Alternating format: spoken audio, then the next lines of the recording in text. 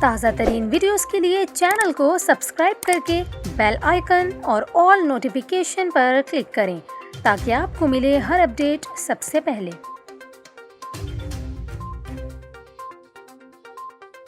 اور یہاں پر آپ کو خبر دیں، امریکہ میں موسم سرما کے بڑے طوفان کے باعث بیشتر ریاستوں اور ملک کی آدھی سے زیادہ آبادی کو شدید برف باری اور یخ بستہ ہواؤں کا سامنا ہے، جبکہ 10 لاکھ سے زیادہ افراد بجلی سے محروم ہو گئے اور سینکڑوں پروازیں معطل کر دی گئیں۔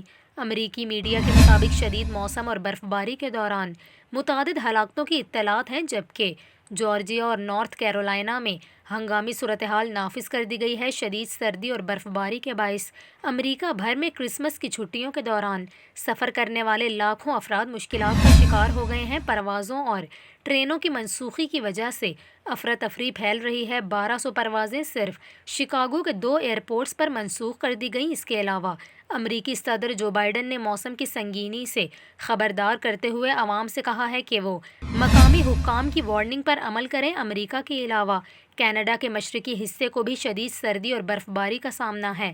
ٹورنٹو میں بھی متعدد پروازیں منسوخی یا تاخیر کا شکار ہیں۔